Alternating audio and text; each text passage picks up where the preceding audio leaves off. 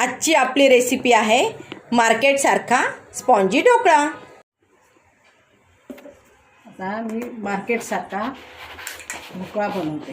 आता बघ, आता ही हा मेजर कप आहे ना, एवढा भरून आपल्याला बेसन घ्यायचं आहे। पण मी काय केलं, हे न घेता ही वाटी भरून घेतलं आणि 2-3 चमचे जरा दाबून घेतला एक्स्ट्राचं। ऐक, हे एवढं घेतलं। आता याच्यामध्ये 2 चमचे साखर, मला आता आपल्या मिक्सरमध्ये एवढं बारीक होत नाही ना त्याच्यामध्ये, म्हणून मी काय केलं, असं याच्यामध्ये थोडीशी साखर पाणी करून घेते साखरेचं। तोपर्यंत याच्यामध्ये 2 चमचे तेल टाकायचं। 2 चमचे तेल,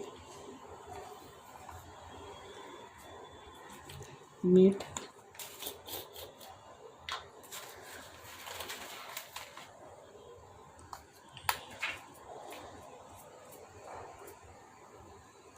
मीठ टाकलं,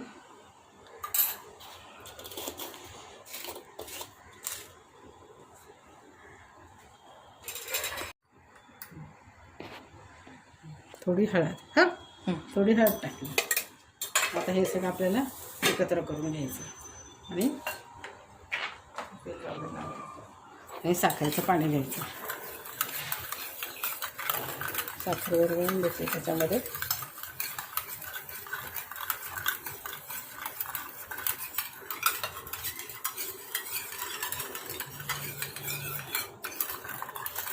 त्याच्यानंतर अर्धी वाटी पाणी टाकायचं ह्याच्यामध्ये।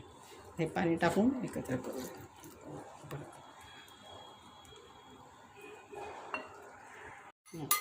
हे बघे, साखरेचं पाणी पण टाकलं त्याच्यामध्ये, होऊन जाईल थोडीशी आहे तर त्याच्यामध्येच। आणि हे सगळं असं ते करून घ्यायचं एकत्र चांगलं।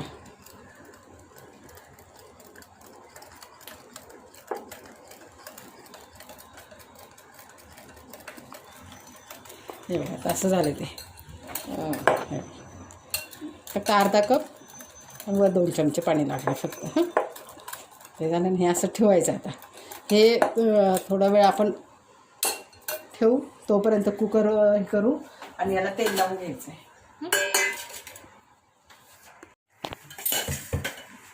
हे बघ, आता हे उरतं आहे ना, तोपर्यंत त्याला तेल लावून घेतलं भांड्याला। तेल लावून घ्यायचं चांगलं। तेल लावून घेतलं तोपर्यंत याच्यामध्ये 2 ग्लास पाणी टाकलं। हा स्टँड ठेवला आहे बघा उकळायला। ते उकळतं आहे तोपर्यंत ते झाकून पूर्ण लावायचं नाही, शिट्टी आणि हे काढून घ्यायचे रे। ओके, तर असं ठेवायचं, ते उकळू द्यायचं। तोपर्यंत आपण याच्यामध्ये सायट्रिक ॲसिड टाकायचं।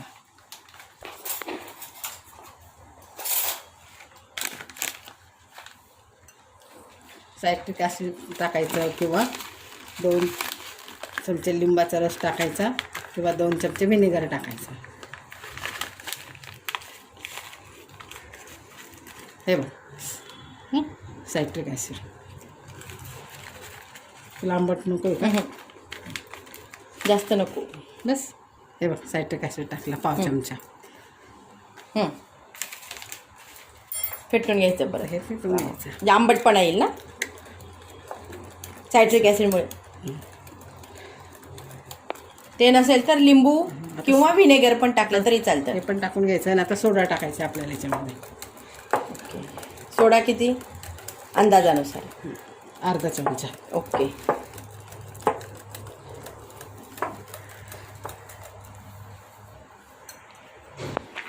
सोडा घेतो।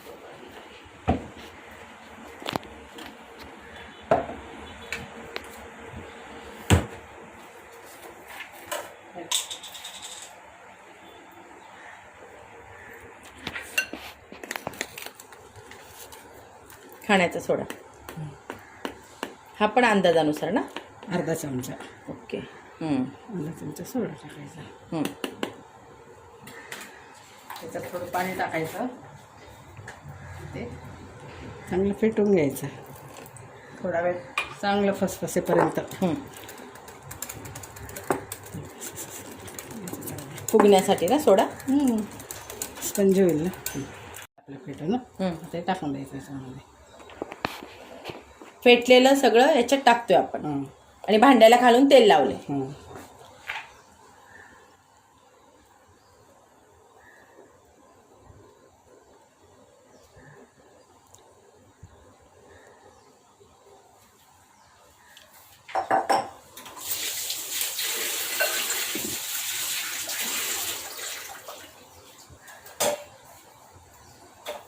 असं करायचं. हे पाणी उकळलं का त्याच्यामध्ये ठेवून द्यायचं. पाणी उकळलं बघ. हं.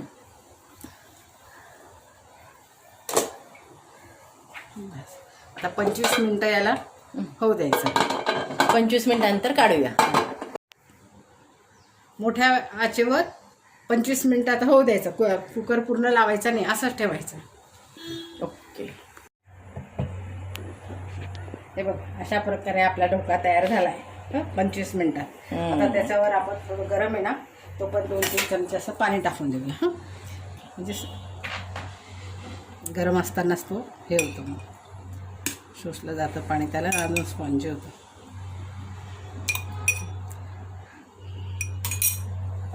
टाकून ठेवू आपण. ओके. तोपर्यंत आपण फोडणी घेऊन टाकू, त्याचं पाणी तयार करून घेऊ.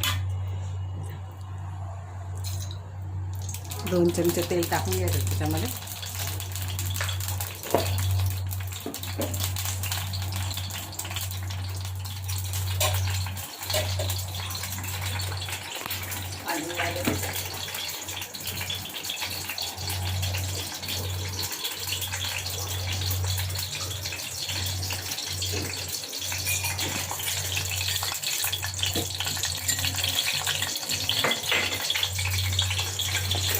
मोहरी टाकायची. तडतडली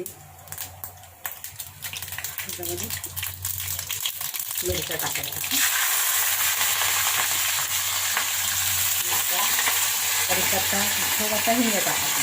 तेलाचं टाकलं होतं ना, म्हणून नंतर टाकतो हिंग. हिंग टाकायचं. मिरच्या, कढीपत्ता, हिंग, मोहरी तेलामध्ये तडतडली. मिरच्या होऊ दे मम्मी खरपूस. छान लागतं. हळद टाकायची त्याच्यामध्ये. वाव. साखर.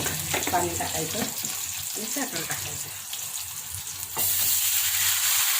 मला लागेल तेवढं पाणी, जास्त पाहिजे कमी पाहिजे तेवढं टाकायचं. आणि 2 चमचे साखर टाकायचं.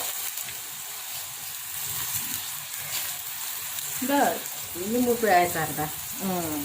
ते पाणी उकळलं का थोडंसं जरा गार झालं का मग ढोकळा कापून त्याच्यावर टाकायचं. बी नंतर काढून घ्यायची. मग बी नंतर काढते ना. झालं ना.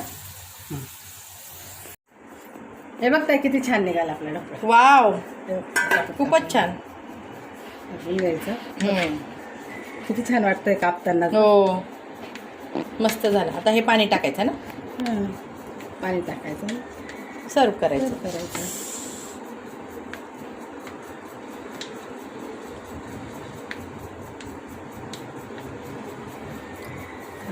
पाणी टाकून